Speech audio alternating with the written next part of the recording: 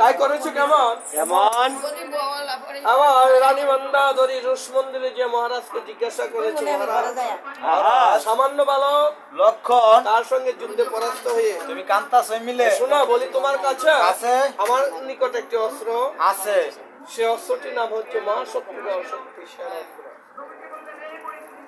এবার রাজা দশানন জিজ্ঞাসা করেছে রানী তুমি কোথায় রেখেছো কেন ওই যে অস্ত্রশালার ঘরে রাজা দশনন রানী মন্দাদরী অস্ত্রশালার ঘরে যে দেখিবারে পায় কৃষ্ণ কায়া বানখানা শুয়ে নিদ্রা যায় তাই দেখা যায় বনপুষ্প জবা পুষ্প দিয়ে শক্তিকে পূজিতে লাগিল বদনে হাহা করে শক্তি পূজা পেয়ে জাগ্রত হইতে লাগিল করুণে জাগ্রত হয়ে শক্তি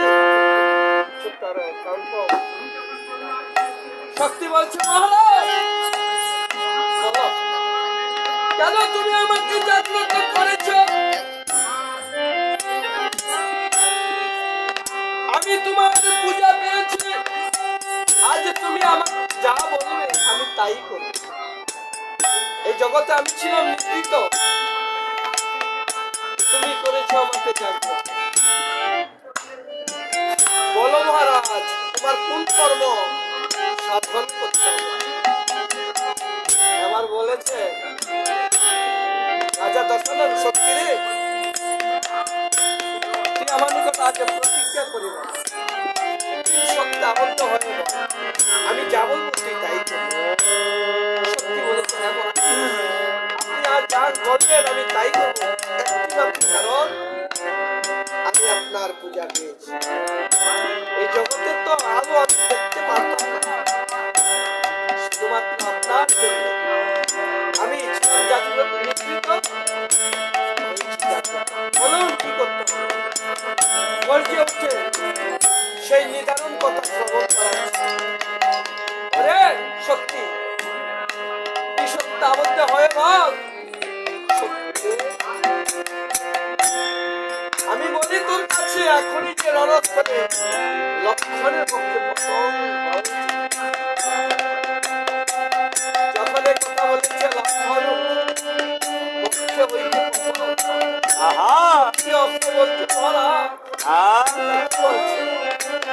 সামান্য বলা লক্ষণ সে আমার সত্যি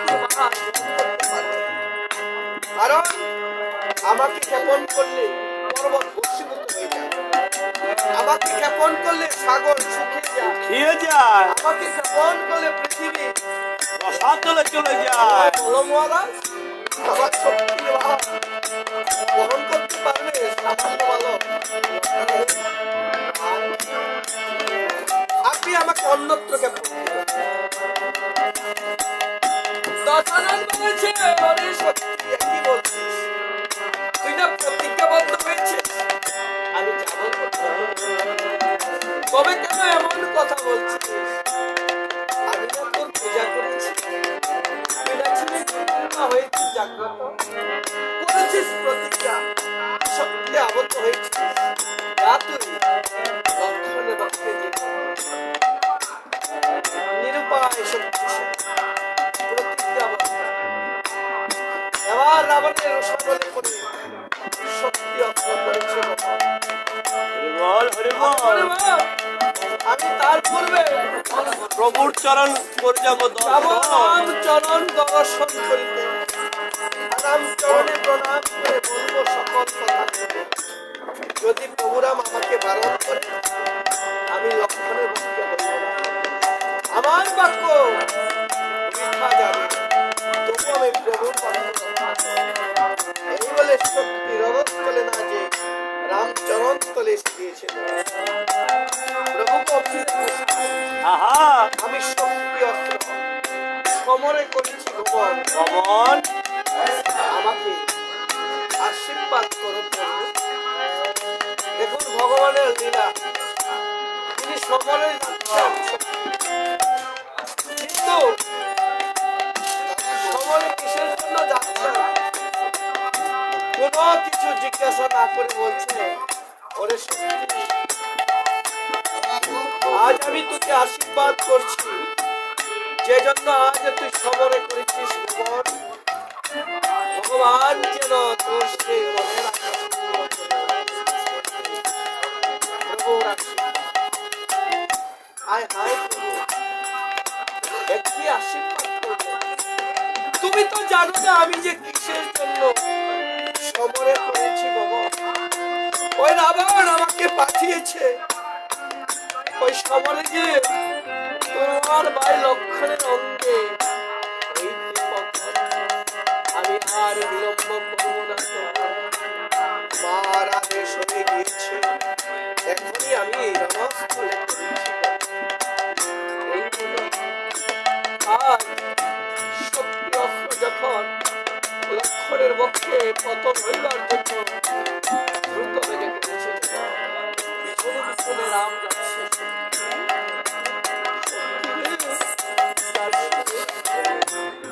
আমার ভাই লক্ষণের অঙ্গে ঐশ্বর্য পতন জানিস না, এই জগতে আমার ওই ভাই মিলিয়ে আর কেউ নয়।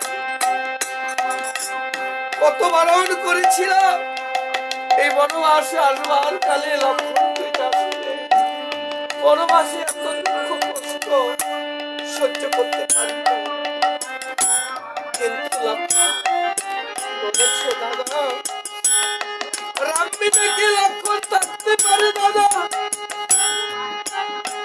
আর লক্ষণ বিনে কি রাম থাকতে পারে দাদা। আমি তোমাকে ছাড়া কেমন করে থাকবো, কে তোমার চরণ সেবা করবে, কে অন্ধকারে আলোর পথ দেখাবে দাদা।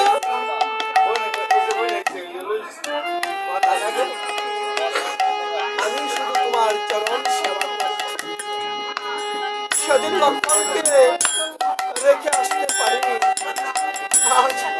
আজ তুই আমার লক্ষণ কি করবি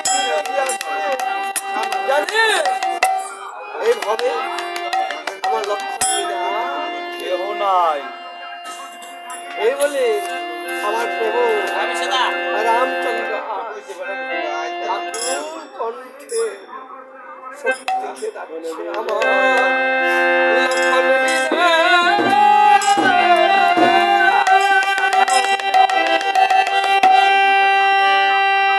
আর তো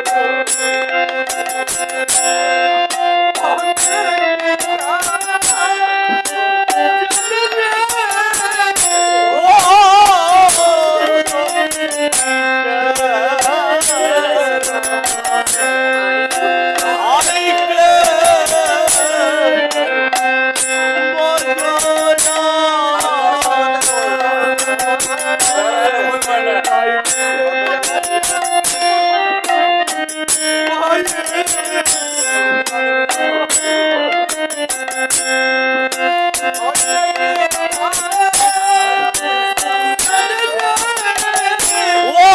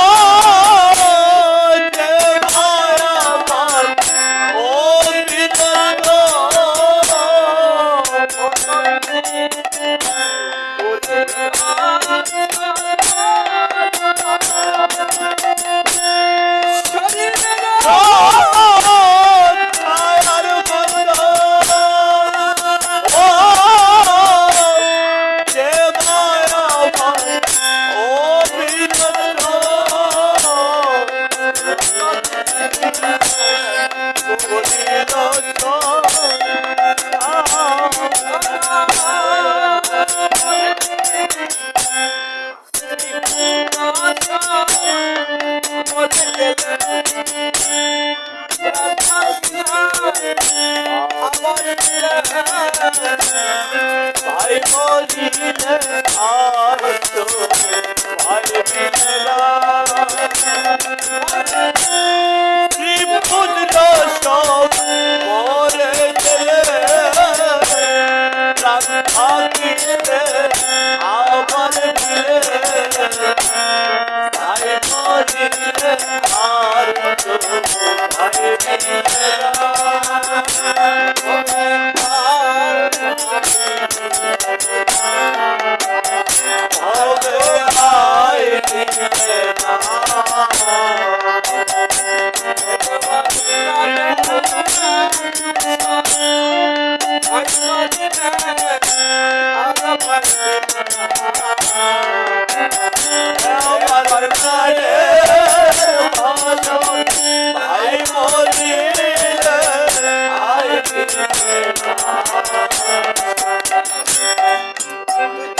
আমার ভাইকে করতে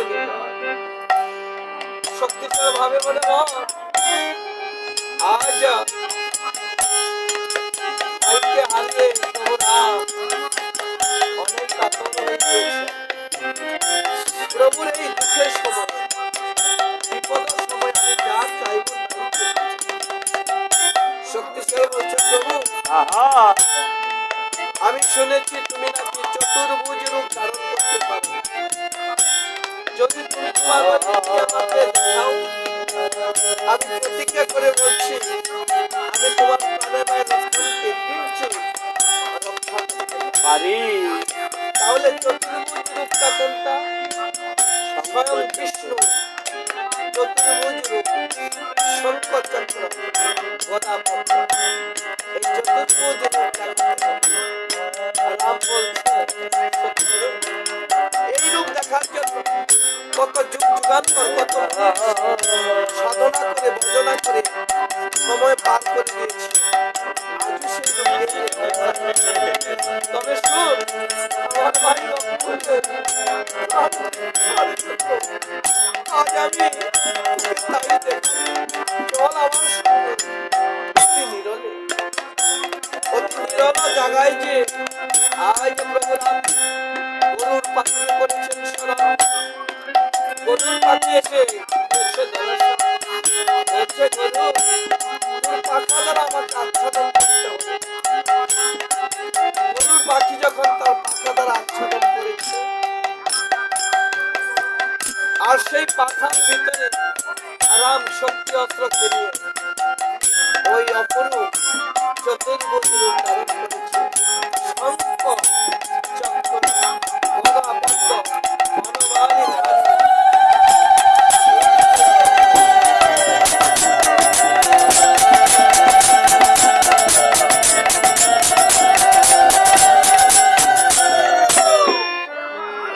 ওই রূপ দর্শন করেছেন এই জগতে ওই স্বয়ং বিষ্ণু রূপ গরুর পাখি আর শক্তি অস্ত্রই দর্শন করতে পেরেছে প্রভু রাম বলেছে শক্তি তোর মনের আশা পূর্ণ হয়েছে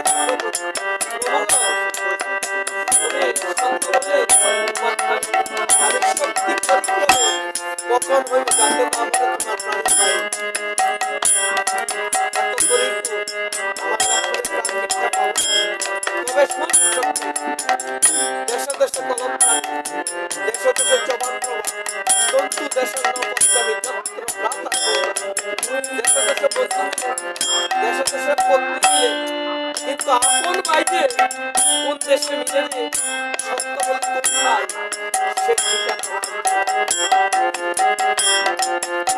শক্তি বলছে প্রভু তব হস্তের উপস্থিতি ওই রাবণের রথের স্থিতি যদি করে কারাকারি করতে বাক্য বৃথা হয়ে আমাকে যে নামেতে যে গোপন করেছে ওই নামটা আমাকে পতন হতে আর যদি আমি লক্ষণের বাক্যে পতন না হই তাহলে শ্রীমুখের বাক্য ঠিক থাকে না রক্ত বংশ প্রভু গো আমি বলি তুমি শুনে দিয়ে আমার ওই বাক্য রক্ষা করবার জন্য আমি করলেন কার বাক্য আমার প্রভু রামেরই শ্রীমুখের বাক্য এই শক্তি চলল এদিকে নরস্থলের ঠাকুর লক্ষণ উদ্যাকাশে চেয়ে দেখিবারে পায় একটি অগ্নি স্ফুলিঙ্গের ন্যায় দ্রুত বেগে অগ্রসর হচ্ছে লক্ষণের দিকে তাই দেখা যায় তিনি দ্রুতমান হস্তিনের লক্ষণ অস্ত্র খ্যাপন করেছে শক্তির গায়ে যতই অস্ত্র খ্যাপন করছে লক্ষণ শক্তিশালের গায়ে শক্তির মুখের অগ্নিতে শতলক্ষ ভস্মীভূত হয়ে যায় একটি অস্ত্র যখন শক্তিকে বিদীর্ণ করতে চাইল অমনি বিলক্ষণ ধনুমান মৃত্তিকায় হেলে ভূমিতে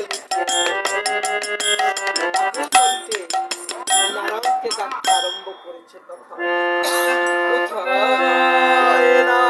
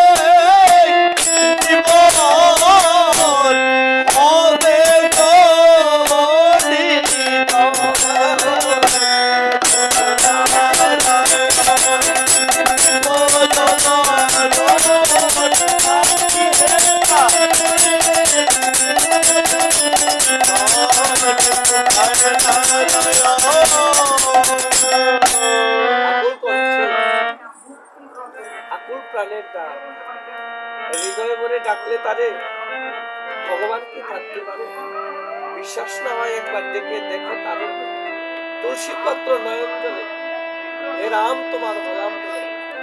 শুধু এ জনমে নয়, জনমে জনমে প্রেম ভক্তি নিয়ে তাকে ডাকলে ভগবান দেখা দিতে বাধ্য। লক্ষণ ডাকছে, এই যে হৃদয়ে রাম নাম হচ্ছে, ওই শক্তিশালী পারছে না লক্ষণের অঙ্গে হইতে পথে।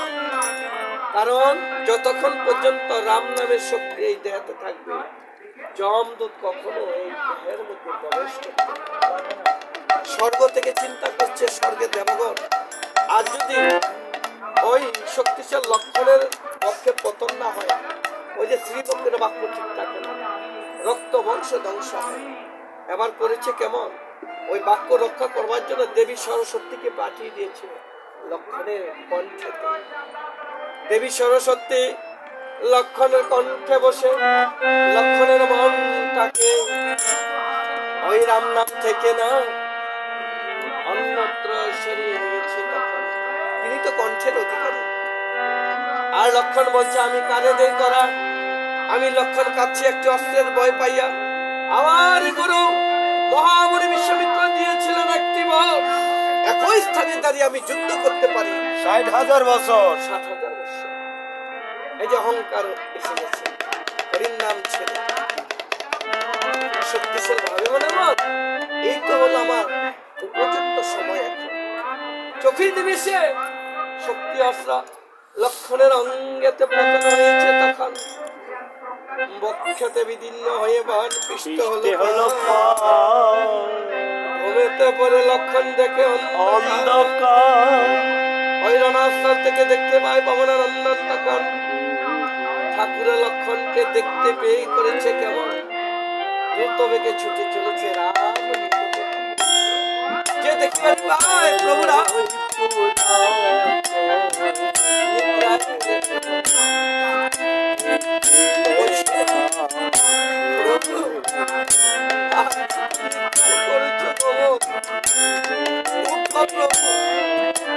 চলো আমার সঙ্গে ওই রণস্থল পুরা ঠাকুর লক্ষণ ওই রাবণের শক্তি চলে হয়েছে।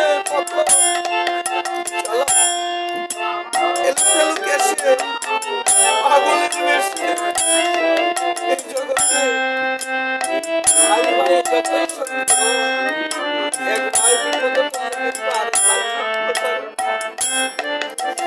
আমি ছুটে চলেছি এলু কেসে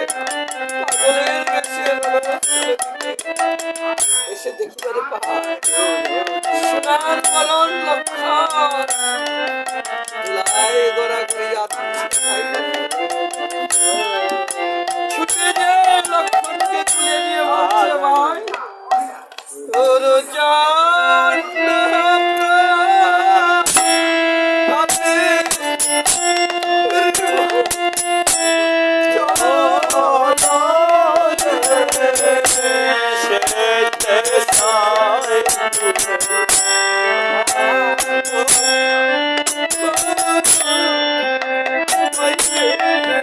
আমার তোর জন্য প্রাণ কাঁদে রে ভাই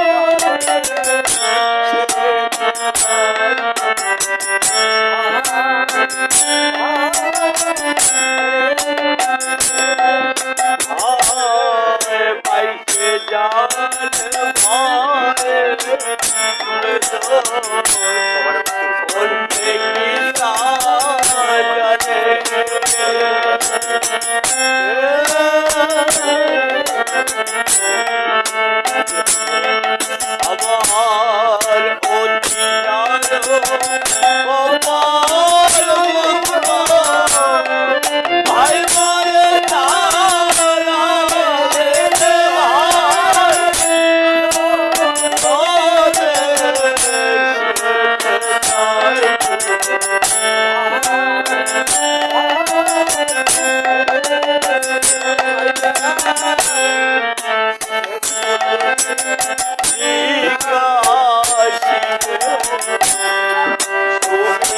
মায়ের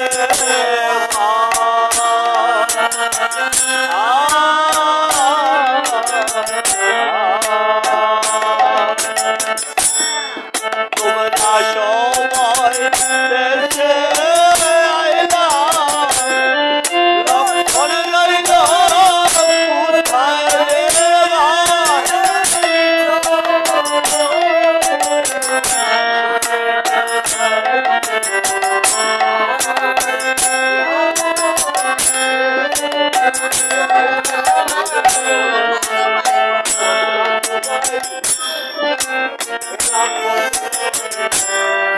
দেশে মরল পিতা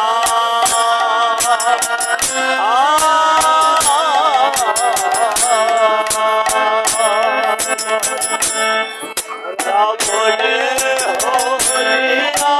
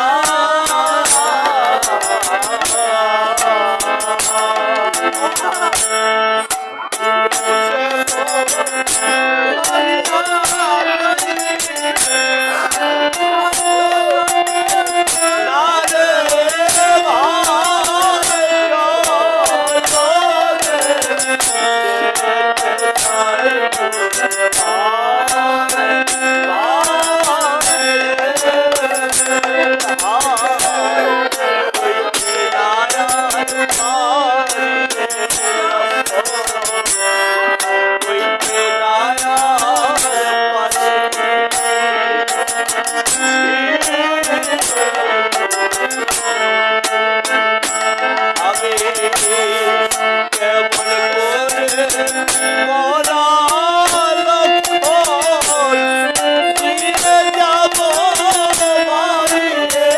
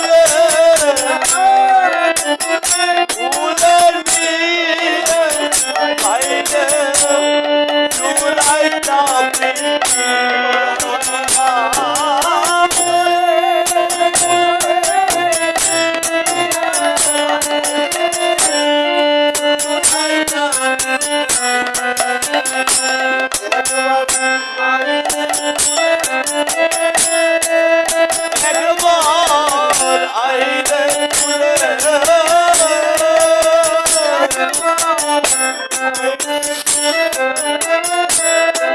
ওই একবার আইলে ফুলে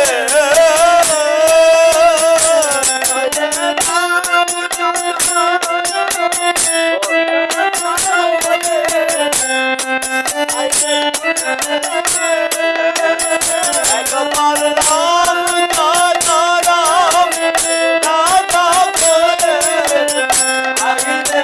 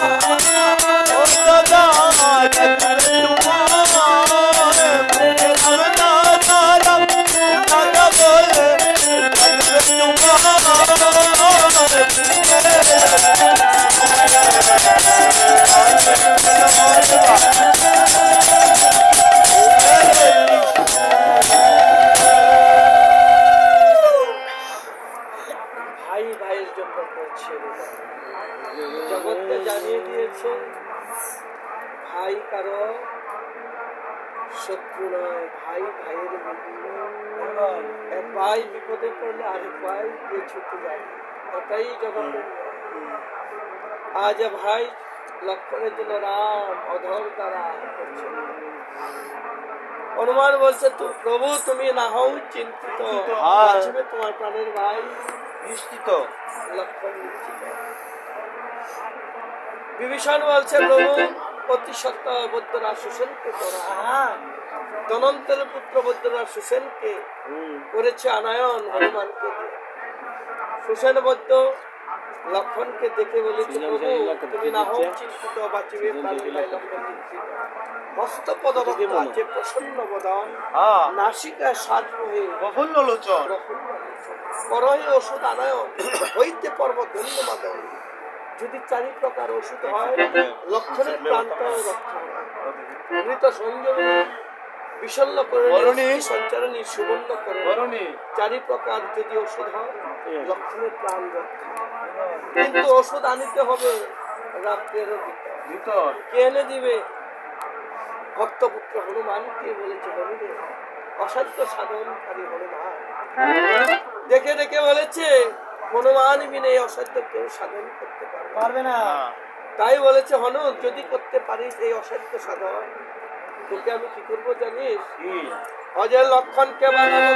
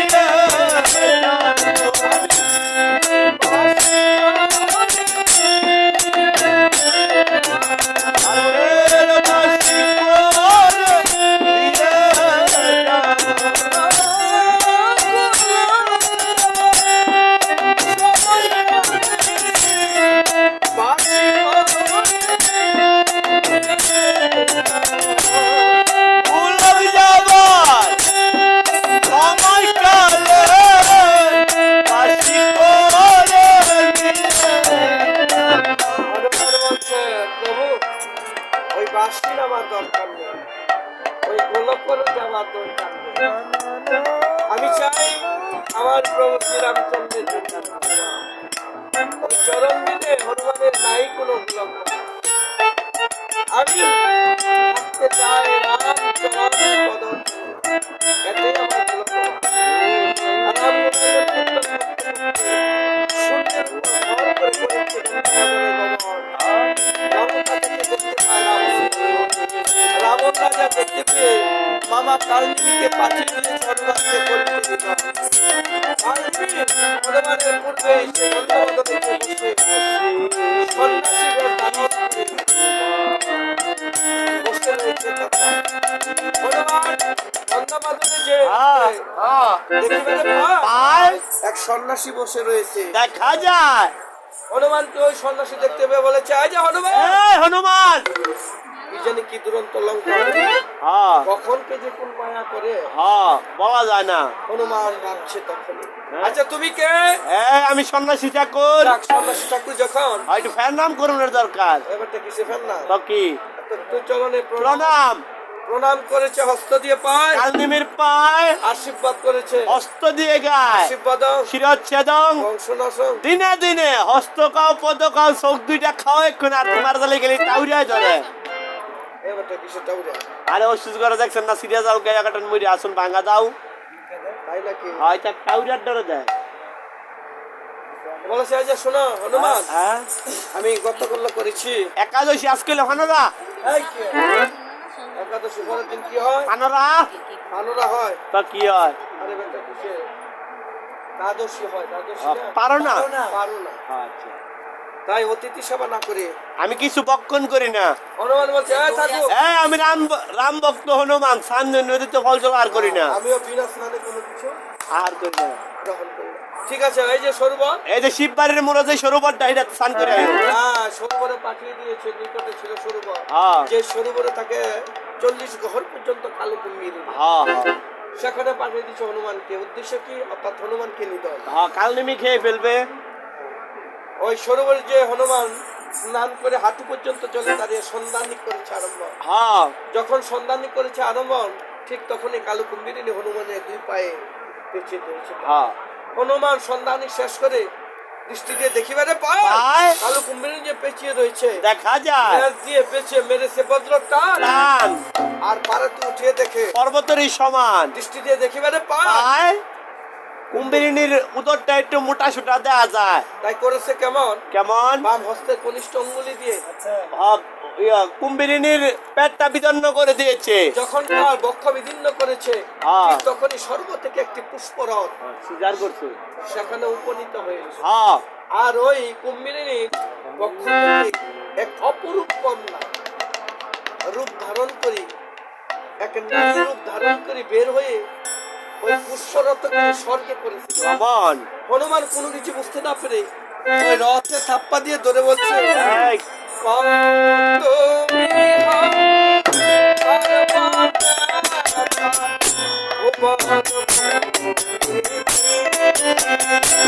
তুমি কৌশিকার হও বলিতে, ও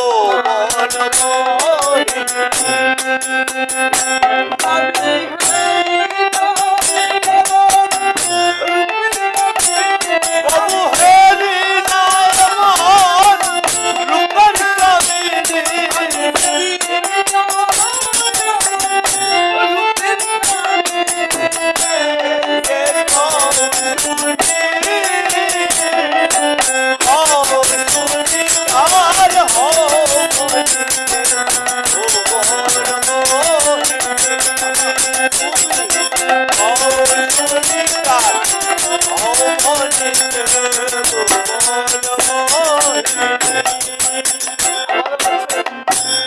সত্যি রাম